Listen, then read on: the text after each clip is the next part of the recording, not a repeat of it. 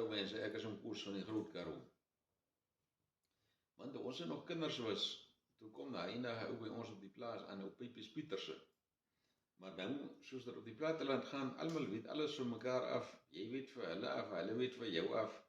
Alles, al het julle mekaar jare laas gesien. Nou met die groetslag toe, sê my pa vir ou Pipies, man, ek hoor jy was siek gewees. Ou Pipies sê, ja nee, hy was siek, hy is eintlik nog altyd siek. Maar wat het jy nou met keer vra, pa? Nee, man, sê ou Pipies, hy weet nou nie lekker hoe om te sê nie, maar as hy die ding reg verstaan het, dan sy vet en sy bloed deur mekaar geraak. Ek sê, pa, mens word dan van wonderlike goed. Nou het die dokter nou 'n plan om nou weer die vet en die bloed van mekaar af te kry.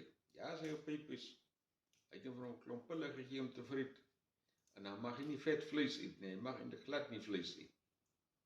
Nou, maar wat moet jy dan eet as jy nie mag vleis eet? Nee, sê ou Pipies, hy moet maar so vis en hoender eet. Maar man, daarvan kan 'n mens mos nie aan die lewe bly nie, sê pa.